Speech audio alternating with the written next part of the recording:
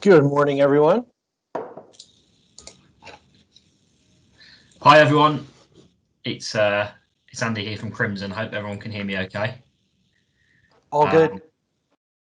I mean, we have obviously put a lot of people on mute, obviously for the format, but welcome anyway to our cybersecurity key insights webinar, brought to you by Crimson and Syjax.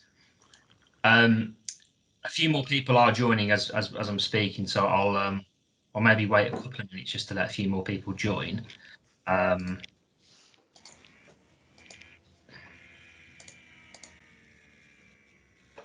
then I'll probably start in a second actually. But yeah, so yeah, welcome. So my name's Andy Basham. I'm a senior consultant here at Crimson.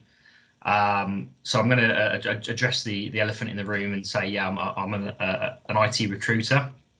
So I've been with Crimson for 6.5 years. Previous to that, a background in working in various different IT departments. So for some of you that don't know much about Crimson and what we do, I'll just spend a few minutes just briefly explaining a bit about what we do and how we help our clients.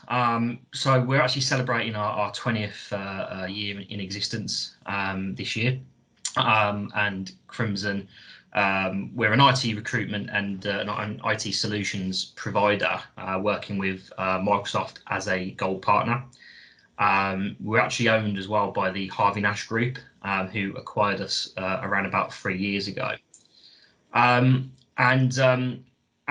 so on the recruitment side, obviously that was what formed Crimson initially, and we support clients on permanent and contract resource across the whole of the IT spectrum, really, from right from sort of IT entry level into more technical expertise such as software development, project managers, business analysts, that sort of thing, and then up to senior appointments as well. So we've got a senior appointments practice that focuses on the more sort of senior roles, really, like IT directors, CIOs, that sort of thing. In addition to that as well, we obviously run a lot of webinars like we're running today. We've got one next week, which is a diversity and inclusion webinar. We also have salary surveys, CIO workshops. We offer free CV advice, LinkedIn advice, help with personal brands and interview techniques, that sort of thing. And then also from the other side of the business, which is our IT delivery arm, we support clients around Microsoft technology. So if we look at the modern workplace solutions that are out there at the moment, such as Office 365, SharePoint, Power BI, Dynamics 365, things like that. We help our clients not only deploy the tools, but get the best out of the tools as well throughout the time that they're using them. We also have an apprenticeship scheme as well. So we've had that running now for a couple of years. We actually won last year the best apprenticeship for SME Apprenticeship of Employer of the Year. So we won that last year. So we're really, really proud of that, having only been running the apprenticeship scheme for a couple of years. So in terms of the survey that we ran, which I'll explain a bit further in a bit, we partnered actually with an organisation called Syjax, which you can see on the screen now. Syjax were actually recommended to me by somebody that I know as a really good organisation operating in cybersecurity at the moment. So as you can see on the screen, there's a few obviously specialisms that they focus on.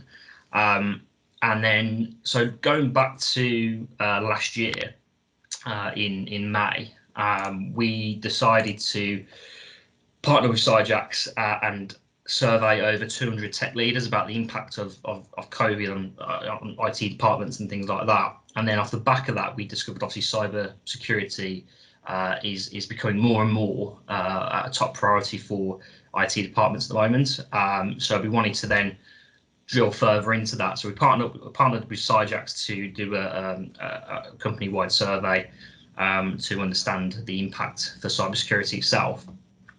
So to understand that a little bit better, We then wanted to obviously do this webinar and talk about the results that we found from the back of that, really. So I wanted to understand, what everyone was experiencing, share best practices, identify some key trends and areas really that we wanted to sort of focus on. If you do need to recap the survey itself, you can still download it. So we'll put a link to that in the comment section below as well. But I mean, some of the key facts we took out from the report was, almost 70% of tech leaders believe that they have a mature cyber awareness culture. When we looked at, what the top challenges and pain points for most organisations in relation to cybersecurity, the top one was the top challenge anyway was employee buy-in, training and behaviour. So there was some interesting stuff that came out of the report. And obviously during the panel discussion that we're about to have, if anyone has any comments, questions that they want to raise, we can pop them in the comment section and we can revert back to that at some point towards the end as well. So without further ado, enough about me and Crimson. I'd like to just introduce our panel that will be helping us sort of dive into some of the topics and questions that we want to discuss today. So I'd like to introduce Lisa Forte, Ian Thornton-Trump, and Martin Sadler. Could I just get you guys just to introduce yourself for a short few seconds? Is that all right? Maybe start with you, Lisa.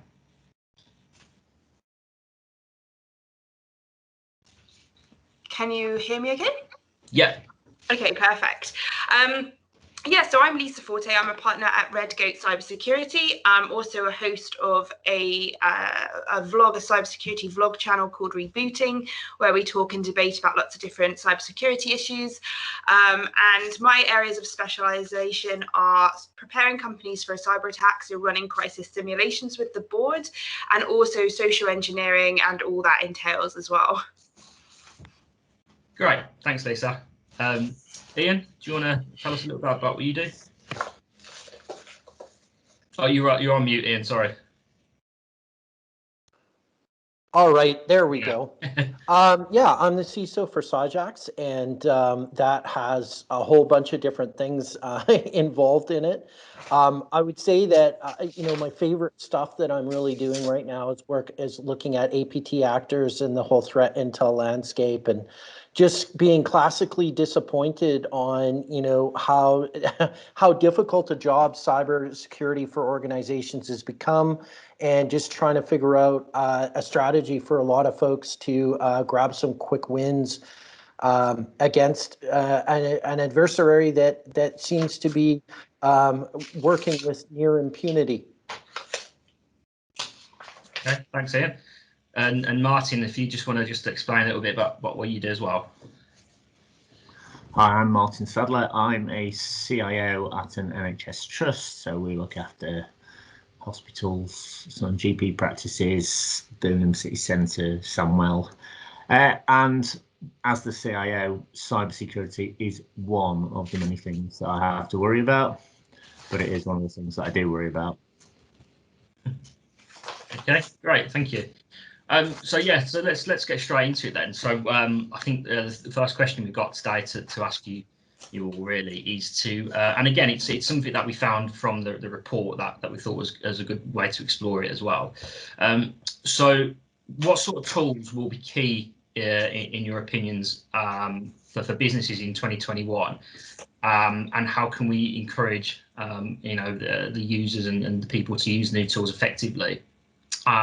So Lisa, could I come to you first on that question? Yes, sure.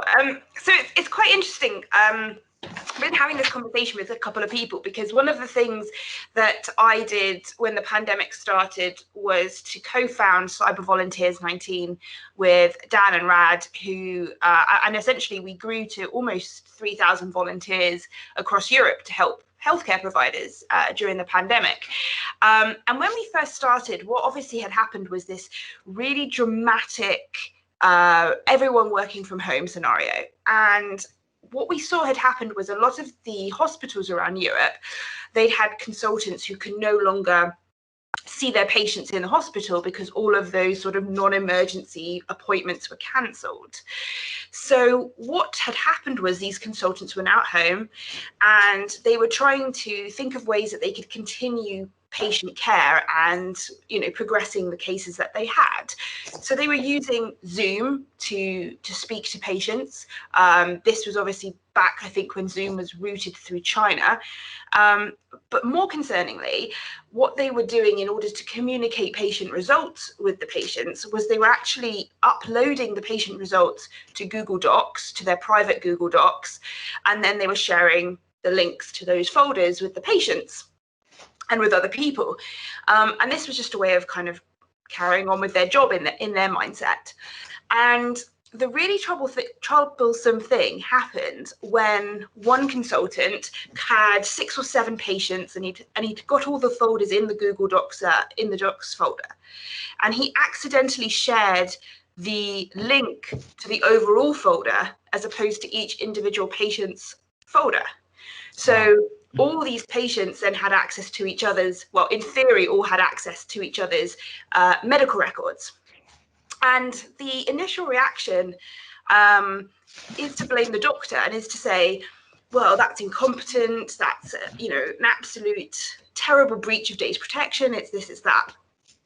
But the doctor in question was trying to continue doing his job, and he used tools that he was used to using in his personal life and that had always been deemed to work perfectly well in his personal life in order to do that job.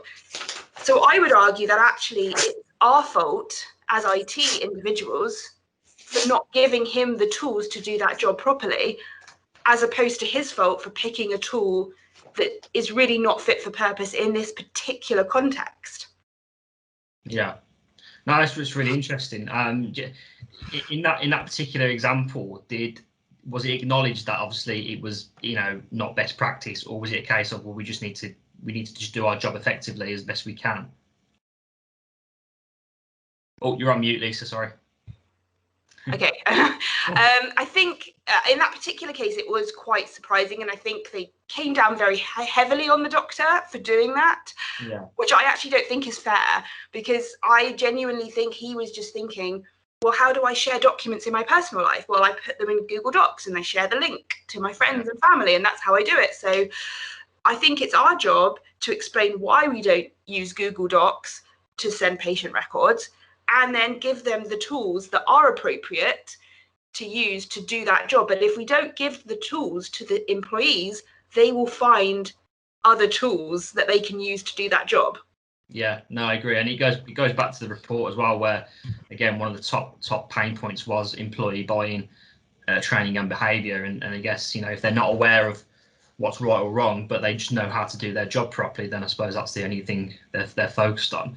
I suppose that ties in quite nicely with you, Martin, actually, giving the example that was used there, obviously being CIO of an NHS trust. How can you control that? It's not easy, I guess.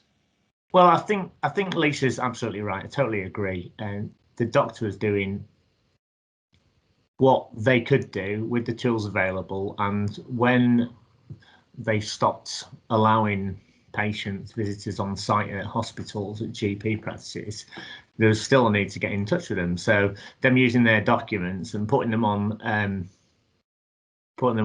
Google or anything else is it takes you about 15 years where they used to print them out and leave them on the bus. Yeah, it's still that problem. Yeah. Because it is the same thing. So I think the job of IT is to raise awareness first, if you haven't got the tools in place, then get the right tools in place, and then make sure that those tools are used. And the way we approach it is, we know that people will be wanting to use the tools they use in their home life. So WhatsApp, case in point, loads of people organise their shifts, their rotas informally on WhatsApp, and what you've got to do is make sure that they understand the difference between saying who's available to work next Saturday is not the same as, can anyone identify this lesion on this patient? Yeah. And here's a photo of it. So it's the balance. So it comes with, there are some tools that say, you need to protect your barriers, you need to protect your internal services, but it's really important to say to people, this is the appropriate tool for the job, and that's not an appropriate tool. Yeah, no, okay.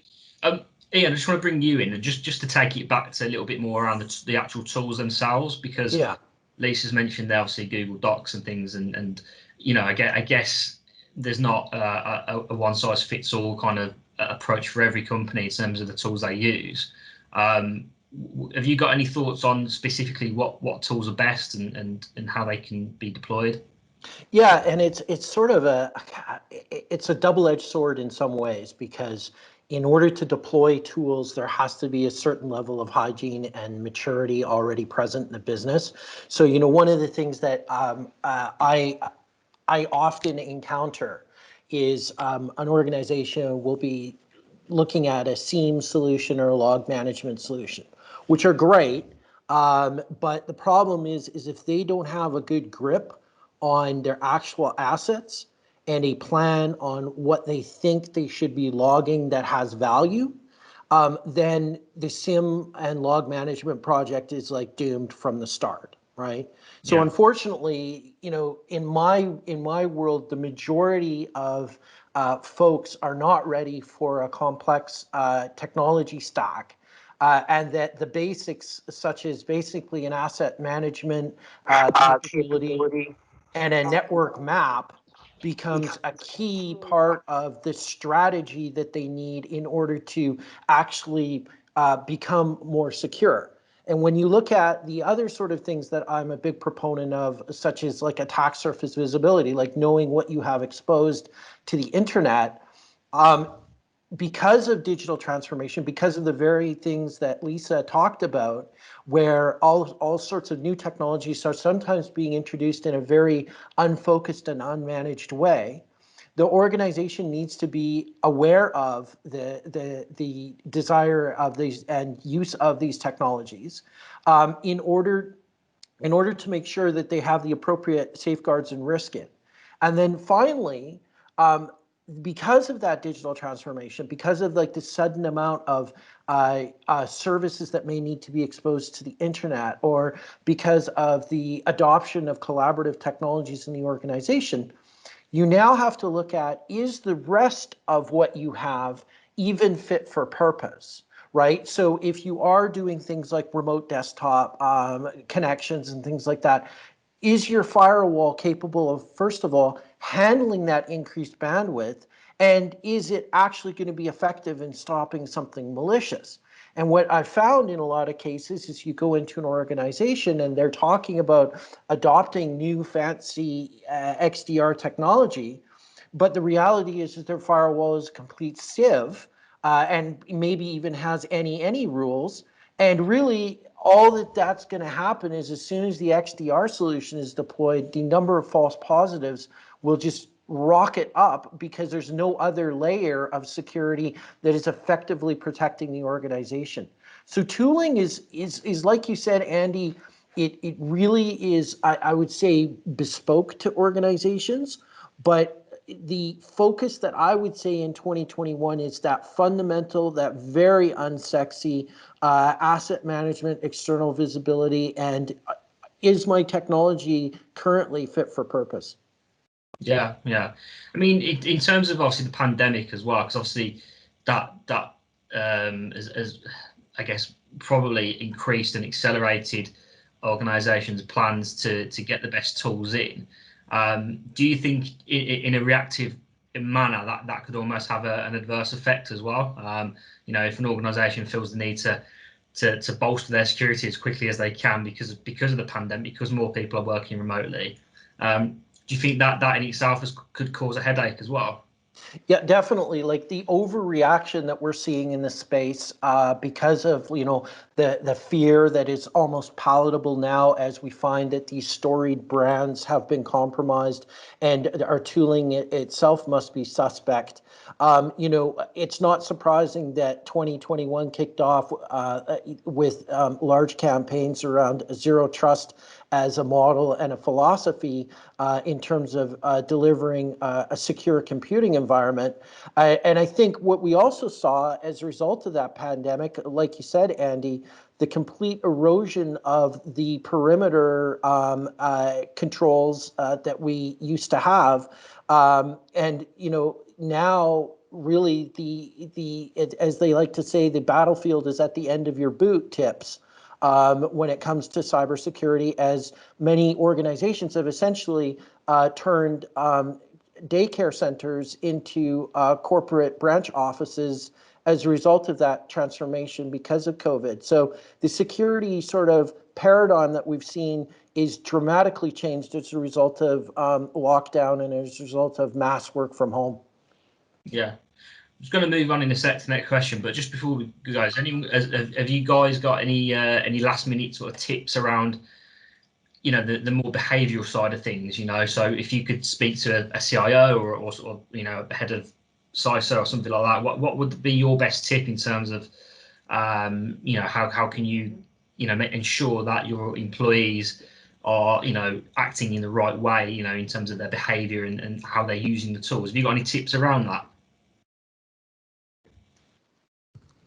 I'd say, Andy, that you've got to deliver the message in different ways because people will hear it differently, and you just need to keep reinforcing that message, but give them the tools and give them the ability to do the right thing before they learn the habits of the wrong thing. And that was tough, you know. The UK ran out of laptops in the first pandemic because no one realised that all their workforces would be working from home. Yeah. So a lot of people were trying to work from home on, you know, their home computer, and so that increased the risk, which goes back to what Ian was saying. You know, don't trust anything. And then, like you say, you're working from a daycare, a nursery when they're open, but you're not actually, because you've got a nursery at home. So I think it's keep delivering the message, but change how you deliver the message and change what the message tone is, so that you actually end up getting everybody. No, it's a good point. I think everyone maybe interprets things slightly differently each time. So yeah, it's a good point. All right, and we'll move on to the next question then. So this and again, you know, this is a question that you can't really cover off within a short space of time. But I mean, we'll try and do our best and define it as best we can. So Ian, could I come back to you on this one and just get your thoughts on how would you define a mature cyber strategy? Yeah, this, you know, I'm going to echo what has been said in that people understand what the security goals of the organization are. So you can have the technology stack, and in fact, you can really even have competent people. But like Lisa said, she trains board members in the crisis, in the what if, right? We get hacked. And I think if you get board level buy-in, that's really, I think, the first sort of, I would say, indication that your cyber strategy is mature, in that it's visible, and that the organization is supportive, but also holding the folks accountable to deliver that security. And I think then, in pragmatic terms, it really comes down to the security department understanding their threat models, understanding what's coming after, understanding what the crown jewels are, and more importantly, they understand their own weaknesses, right?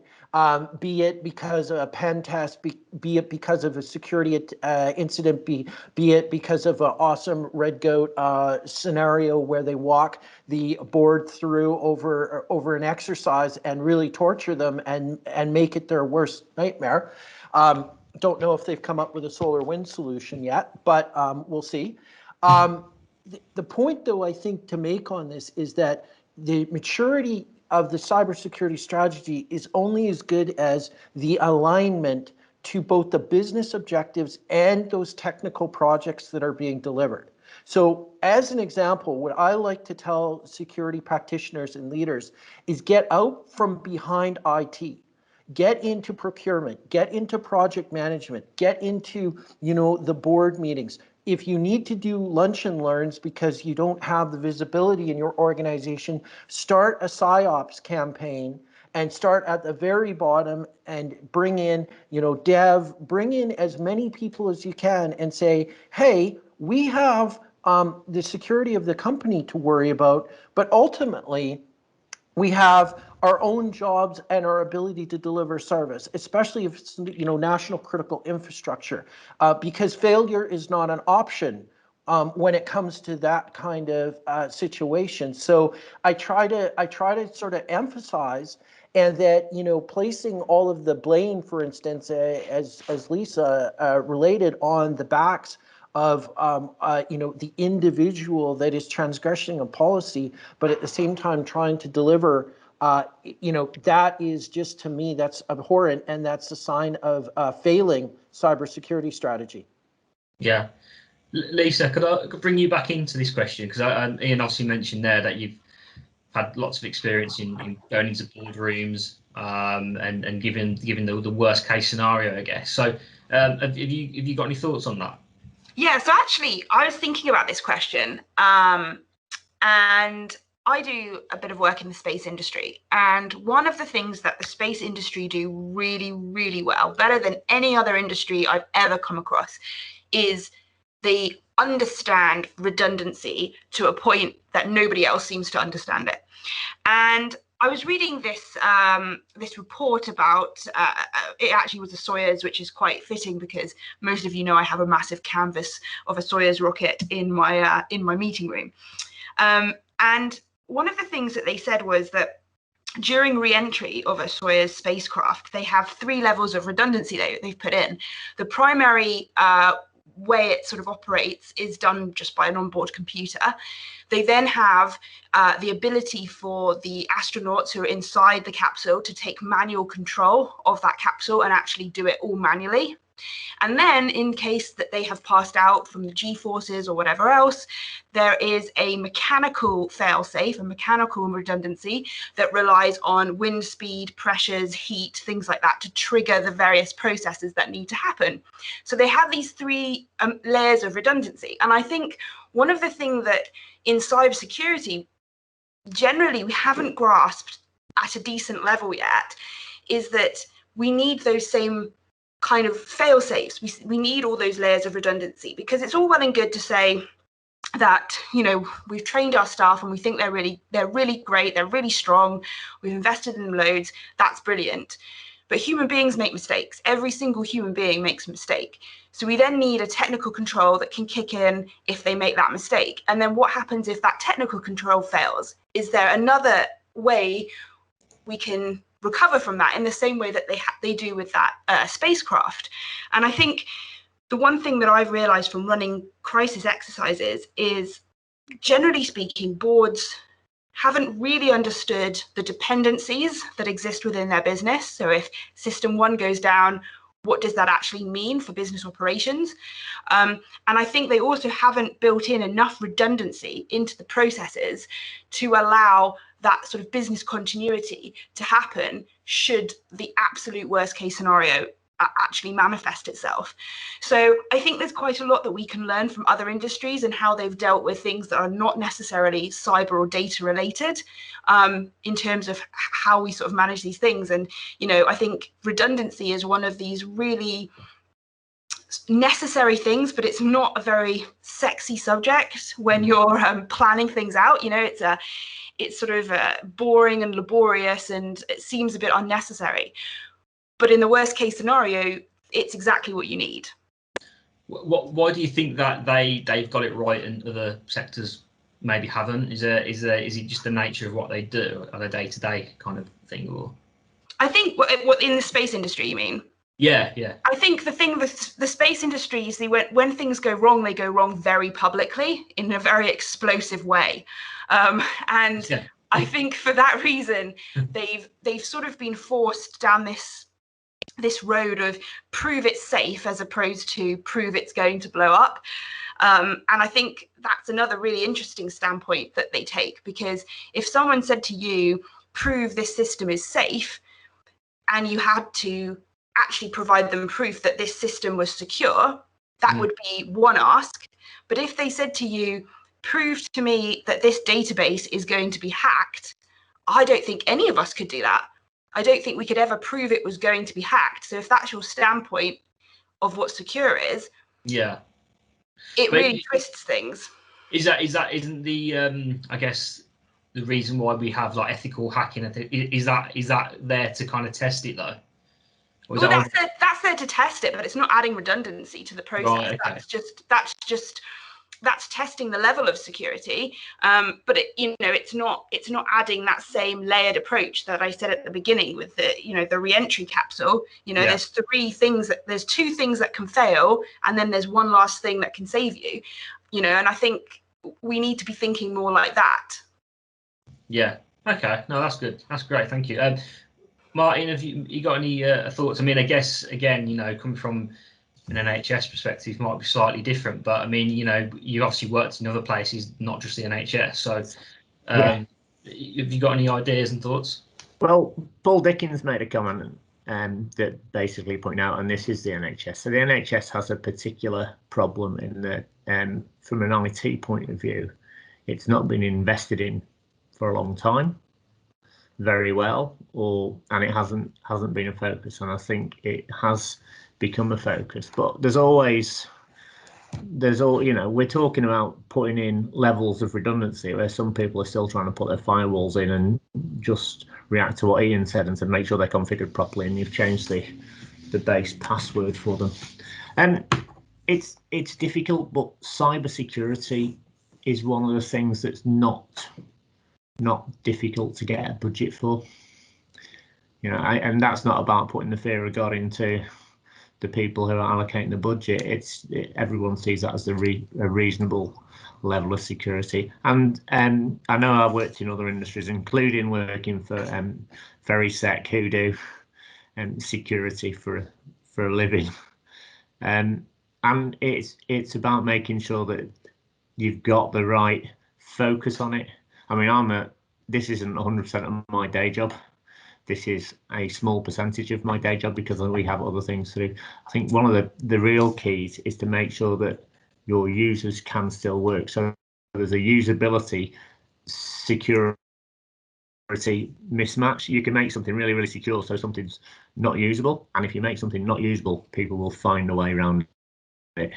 So you've got to get the balance. Yeah. It's pretty spot on. Okay, cool. We have got a few questions, so we'll come back to them at the end anyway. But yeah, so we'll move on from there, and we'll head into our next question. So this one's an interesting one as well, because having looked at cyber myself recently over the last 6 months, it seems to be one that comes up quite regular in terms of a talking point. And obviously last year there was I think FireEye, there was a big attack there, and it hit kind of mainstream media, and there was some knock-on effects to the supply chain from what I read. And I guess it's an important topic because I think going from conversations at the Hive, it's not been something that's been talked about massively, and it seems to be neglected a little bit from what I can see. So I'm really keen to see what you think as well. So I mean, Lisa, can I start with you on that one? Is that all right? Yeah. I think supply chains are, I think they're sort of notoriously unruly beasts, aren't they? And certain companies, certain industry sectors have much larger supply chains than others. And just stepping aside from cyber for a second and not thinking about data, one thing that I was reading about the retail sector was that during the pandemic, when the initial pandemic hit sort of Europe about sort of February, March time, one thing that kind of was highlighted to the retail sector was how little they knew about their supply chains around the world, and what factories were open, what weren't open, where the cotton was coming from, what the supply chain looked like for that to make a pair of jeans, and all of these different complexities. And I started to think, well, if you don't really understand your supply chain from a perspective of getting a product from essentially a field through the manufacturing process and then landed in the UK to sell in a shop, the chances of you understanding how each of those elements in that supply chain are handling data and handling their security is probably pretty low. And I think that kind of has always been the difficult position, really, with supply chains generally. But I think we need to, when we're looking at supply chains, I think that there's a couple of things we need to really think about. We need to do better due diligence on how they are actually protecting themselves, protecting their data, protecting our data if we're handing that over to them. But also I think that, and Ian will be far better to touch upon this than I will, but I think we need to get better at detecting something is wrong. We need to be able to spot that something is wrong, that there's, something down or data has been exfiltrated or whatever it is. And we need to be able to do that quicker, because at the moment, some of these attacks that we see, the attackers have been running amok for a couple of months sometimes before anyone's even realized it. And, that's a key point in damage mitigation, is to be able to shut that door essentially much, much faster.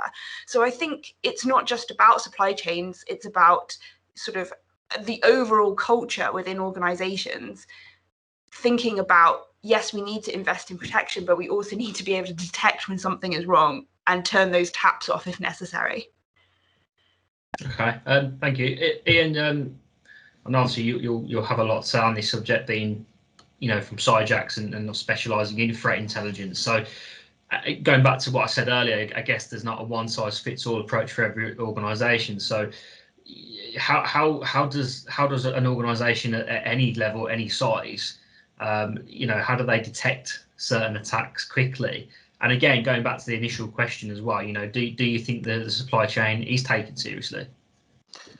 Yeah, so this is kind of a huge wrapper, if you will, and Lisa, I think, hit on the head that in these cases where we've seen supply chain compromise with catastrophic effects for organizations, it goes back to a number of areas that she said. So, one of my pet peeves, or not pet peeves, but say mantras, is that blue team begins at procurement.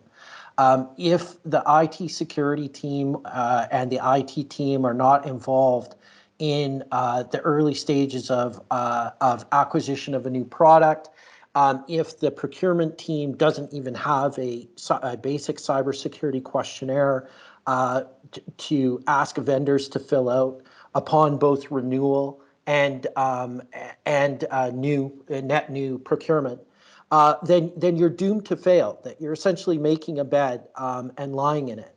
So I think that's part of the early process of how do we get a more trust into the supply chain? How do we make sure that we rely on these tools? The next thing, of course, is to aggressively litigate when you've been lied to. So that, for instance, if a company has filled out your questionnaire and says we're all good, we've got all this mature security, we've got all of this technology deployed, turns out that they don't, then sue the crap out of them in order to ensure that, at least for the horrific scenario that's going to unfold for you, you may get compensated for all of those losses. The third area that I think it is substantially worth investing in is to understand the purpose of the tool and ensure that it's deployed appropriately. Now, in the case of network monitoring, we have a particularly difficult scenario because most of the folks, senior IT folks, have knowledge gaps when it comes to cloud. And the idea that, again, we've built an industry around a perimeter defense is kind of absurd when we clearly have now seen it very apparent that there is no perimeter, fair game. But everyone that comes from that school knows that exposing VLAN 1 or your management VLAN to the internet is a horribly bad idea. But in order to accommodate cloud functionality and single sign-on and a bunch of other services that are cloud to cloud or on-premise to cloud, we now have had to expose some of our most sensitive management capabilities wide open to the internet. And this is when very bad things happen. And so one of the things that I like to talk about in sort of my lectures is you can have all the threat intel that you want and you can have all the fancy tooling. But if there are fundamental flaws in your architecture, in your deployment of your technology stack, then you know what? All the technology in the world won't save you from those fundamental mistakes. And, you know, case in point, when we see folks panicking about the latest Cisco vulnerability that comes out, and we see something like a remote code execution vulnerability, everyone is panicking in the disco because they are the ones that have exposed SSH or the daemon, the daemon that's running on that particular device to the internet. And this goes all the way back to the 1960s and 1970s when we essentially tried to secure something that was built on a principle of unsecurity. And we now have made our bed, and unfortunately, we have to lie in it. So I feel like, you know, in some cases, especially with the revelations from the SolarWinds hack and the government organizations that have been impacted, they're actually prepared at great expense, at astronomical expense, to burn their entire networks down to the ground and start over. So one of the trends that I think we're going to see in 2021 with large government organizations and large enterprises is they're going to begin to pull back on the more tools will solve our problem, and they'll start building their own bespoke stuff as a result of things like Amazon Elasticsearch and things like that, where you can and Splunk, where you can really build your own bespoke monitoring product and not have to rely on the supply chain so much. So I see it going in a couple of different directions. It'll be a very interesting place to watch. Yeah. Okay. Thank you, Ian. Martin, have you got anything to add as well on this? With the, again, you know, you obviously worked in various different sectors, retail being one as well, where I imagine there's loads of different suppliers involved in the supply chain in companies like that. What effect have you seen? Well, I think from my point of view, there's a lot of systems that need supporting and access from third-party suppliers, and I think you really do need to.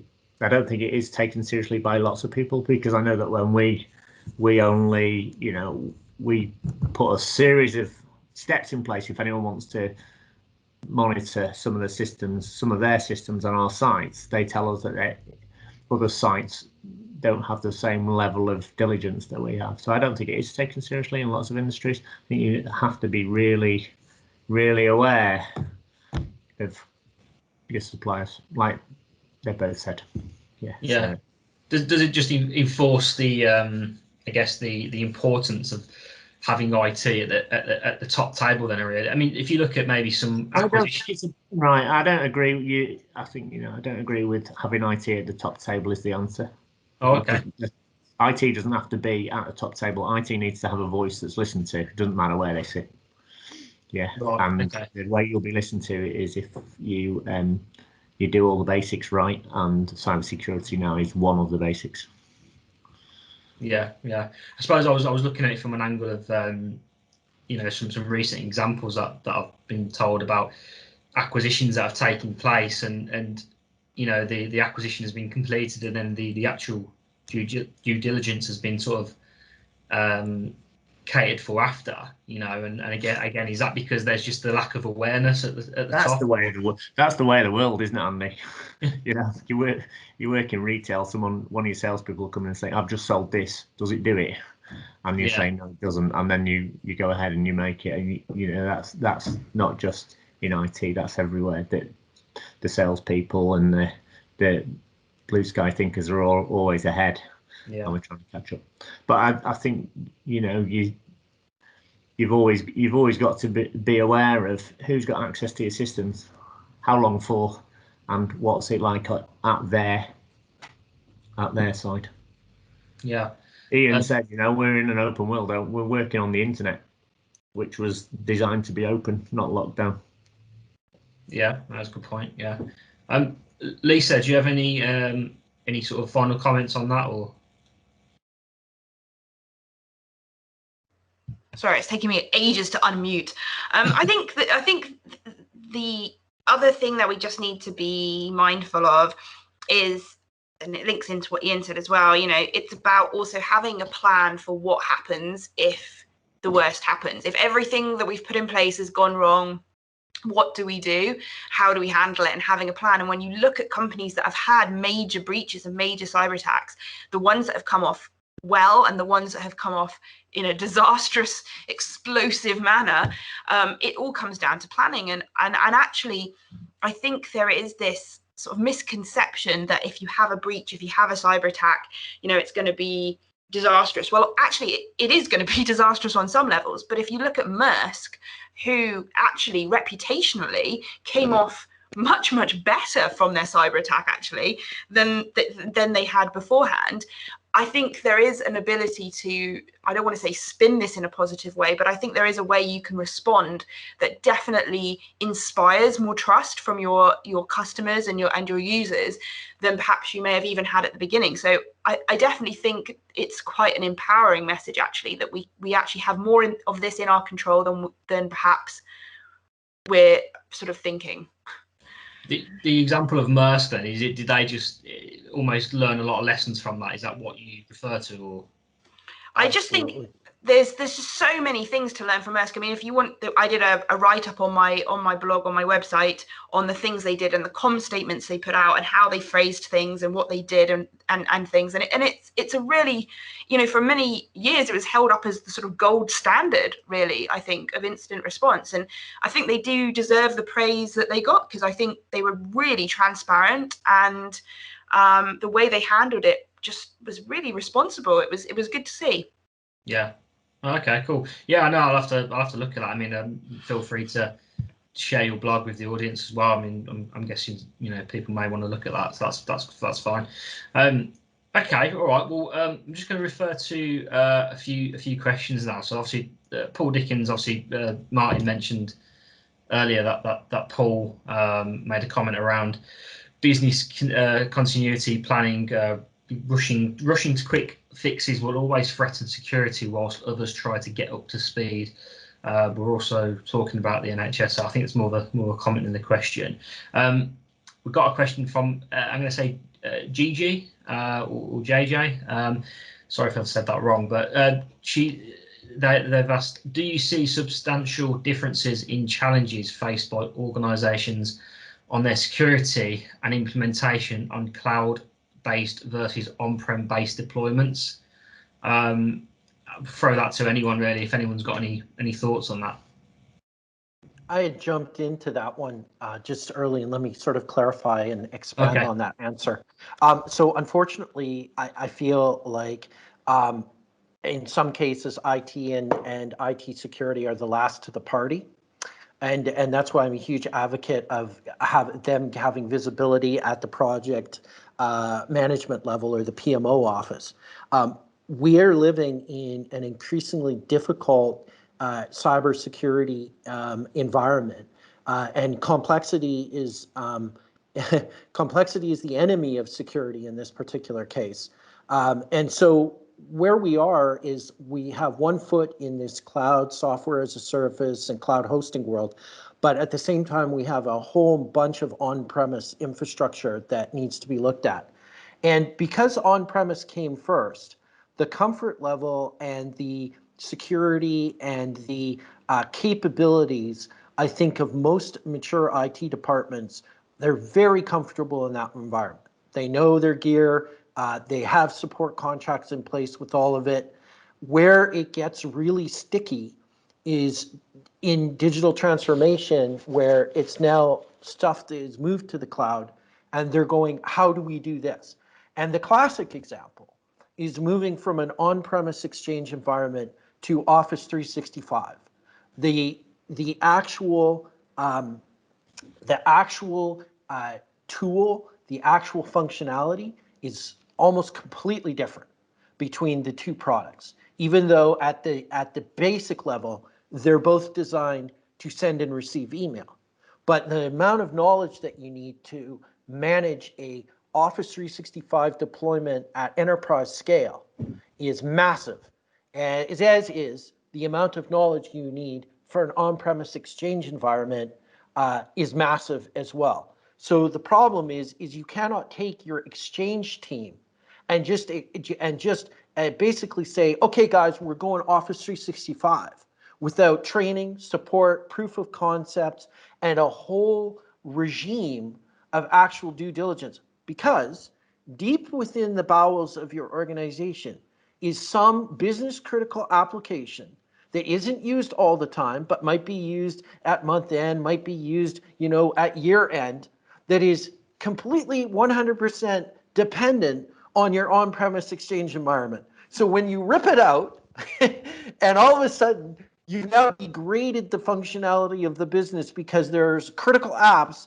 that required an on-premise Exchange and they weren't identified early on because, again, the business ownership of assets and the business ownership of services wasn't clearly defined in the organization. And that's where the project gets very expensive, and that's where IT is now essentially split between a hybrid environment with two completely different pieces of technology that are essentially trying to achieve the same thing.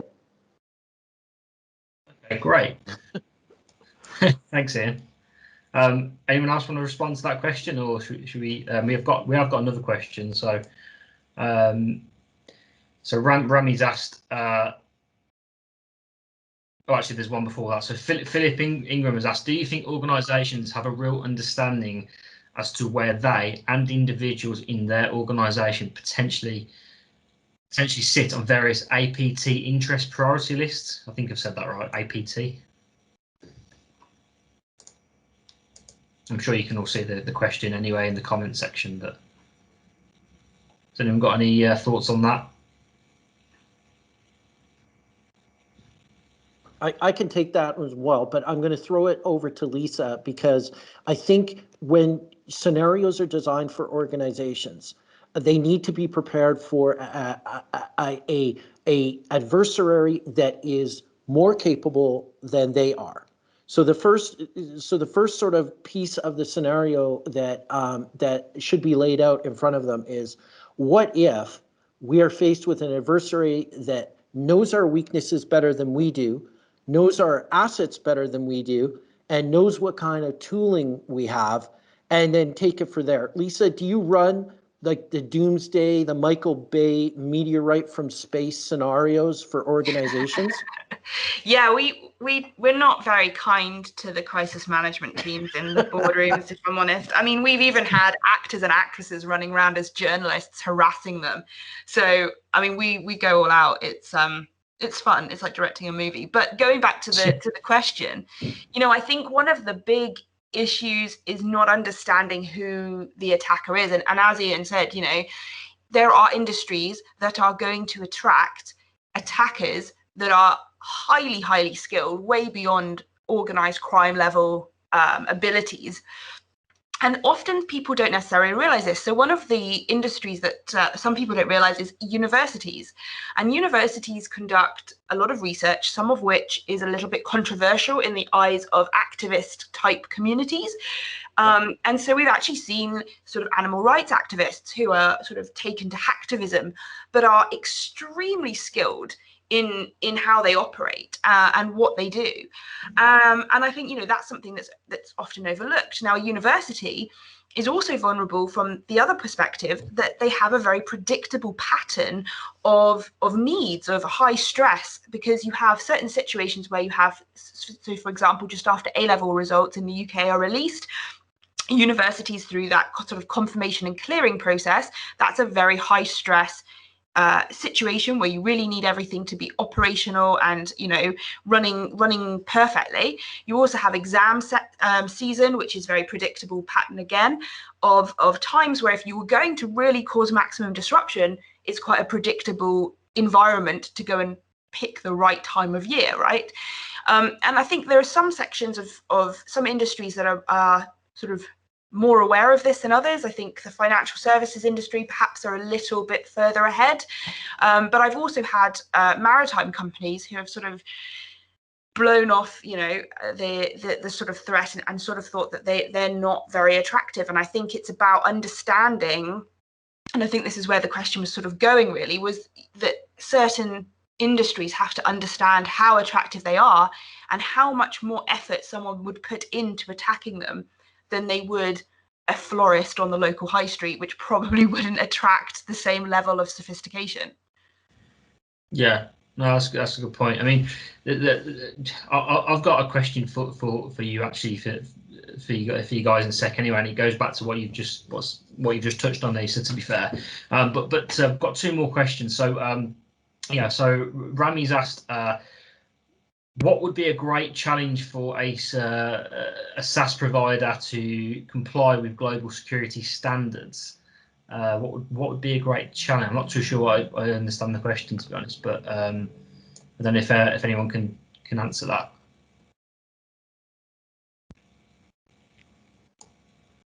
And then we've also got another question from Graham Reynolds. I think maybe just more of a comment, but another area to think about is your Ics Scada systems. These systems could be performing critical operations and in most cases are running outdated versions of software, which is a really good point, I suppose, as well, in making sure that, you know, your infrastructure is up to date and is patched correctly, I guess. Is that correct, Ian? Am I reading that right? Yeah, sure.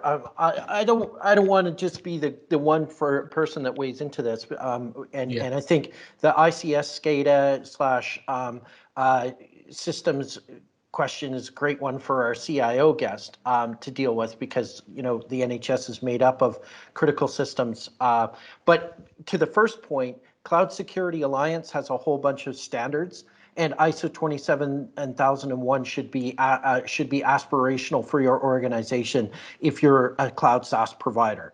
It's pretty straightforward in that area. Although one trend I will say that I've seen as a result of the supply chain meltdown is you're going to see a lot of terms and conditions that are trying to make the vendor accountable for malware in the supply chain. So very interesting issues with regards to attempting to deal with poor customer cybersecurity by limiting liability exposure for the actual vendors themselves. So expect to see lots of debate now around the supply chain terms and conditions channel and caps on liability. But why don't we get our CIO guest to jump in on the SCADA question and ICS. Yeah, sure. Over to you, Martin. Oh, you're on mute. Yeah, so there is always an issue that the software you're running, and I mean, like most hospital trusts, we're running over 150 different bits of software, keeping all of those up to date according to the suppliers and making sure that you're not taking, as you know, the newest version and the newest patch isn't always completely safe and fully tested. That's experience, not a criticism. So I think there is that issue. We've had the recent issue about making sure that you're not on Windows 7 anymore, because lots of systems were written a long time ago, like Ian said, which are that core system that you completely forget about. You've got to put a lot of effort into knowing all of the systems. You've got to have a backup plan. But I think in principle, understand where your threats are coming on. Do the best you can to mitigate those threats, but have a plan for when it doesn't succeed. Including a communications plan. So if you go back to your mature cyber strategy, who do you communicate to? When do you communicate to them? How do you communicate to them? And so it's you know, I think both the real guests who know what they're talking about have, you know, said this threat's continually changing. Yeah. So you've got to have a plan for when they're ahead. You've got to have a plan for when they're ahead of you. And I guess if you are going to communicate to them about a threat, don't WhatsApp them then.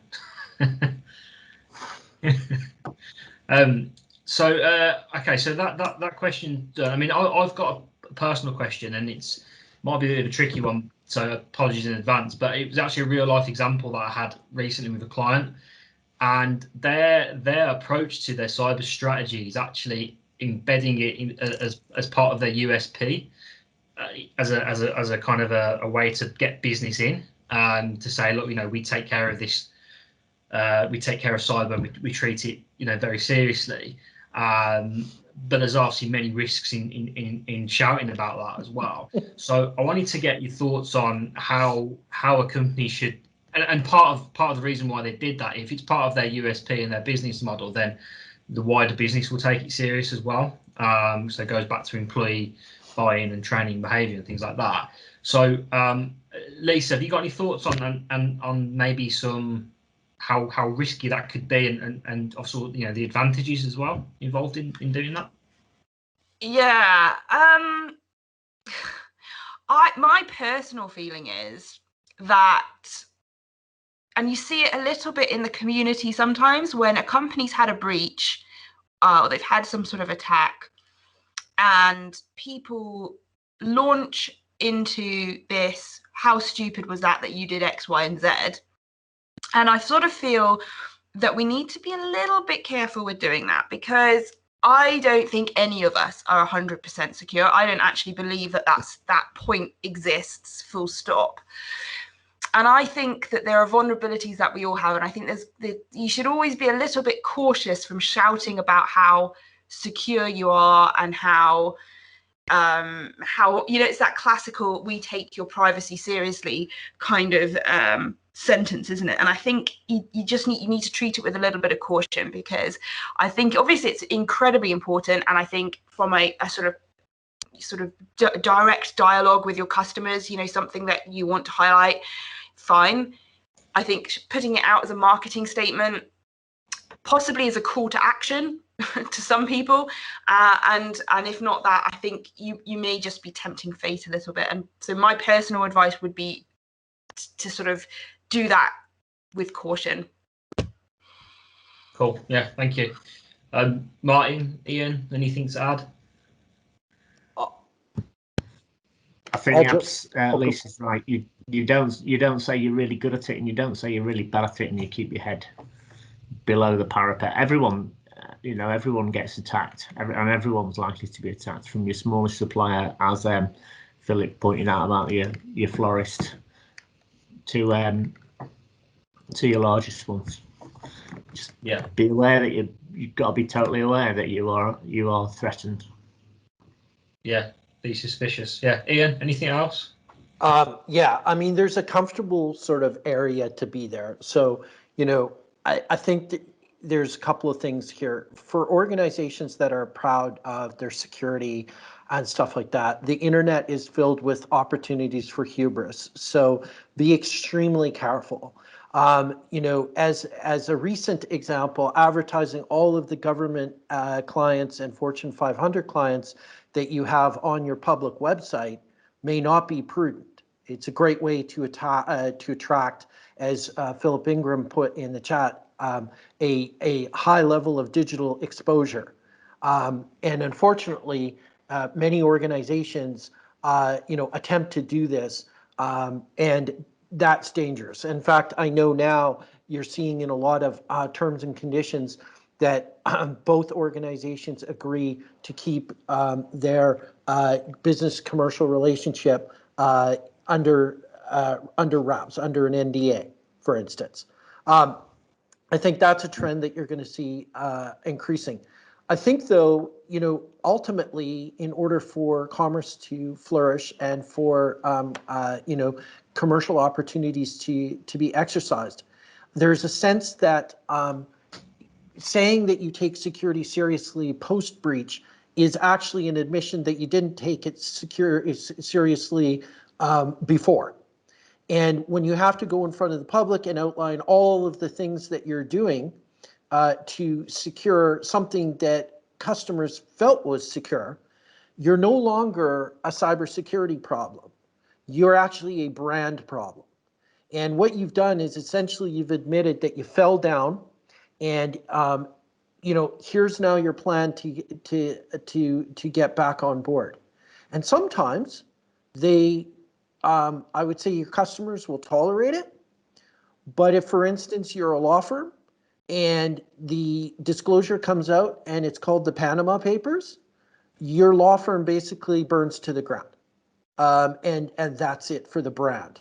So once you put your stake out there and you claim that you have security, you better be able to walk the walk. Because if you can't, it's going to be even more catastrophic than if you just got breached. So, words of caution on, proclaiming that things are unhackable, military grade, 5th generation AI, machine learning, blockchain enabled. Very dangerous. Yeah, and blockchain is a completely separate topic, I guess. But yeah, all right, okay. Well, I think that's enough of the questions we've got, and I've got nothing more to add, and I'm just conscious of time as well. So yeah, thanks to Lisa, Ian and Martin for speaking today. Thanks for everyone for attending. Just as a recap, for Ian's benefit, obviously he represents Syjax. So have a look at their website, and feel free to speak to Ian about anything that you've heard today. Likewise for Lisa and Martin, if you've got any comments for them, feel free to get in touch with myself or directly with them as well. A little bit about Crimson, obviously, just to recap. So if anyone on the call needs any advice around your CV, your LinkedIn profile, you want to understand what the current salary market's like, and contract day rates as well, feel free to get in touch with me on that. If you do, we will be sending out a post survey type thing, just to let just to find out what your thoughts were on the webinar, for a chance to win an Amazon voucher as well. Yeah, look out for that. And there's some more stuff coming as well from Crimson in regards to cybersecurity over the next few months as well. So keep an eye out for some more stuff in relation to that. But yeah, other than that, thank you for everyone for attending. I hope it was worthwhile, and I'll speak to you soon. Thanks.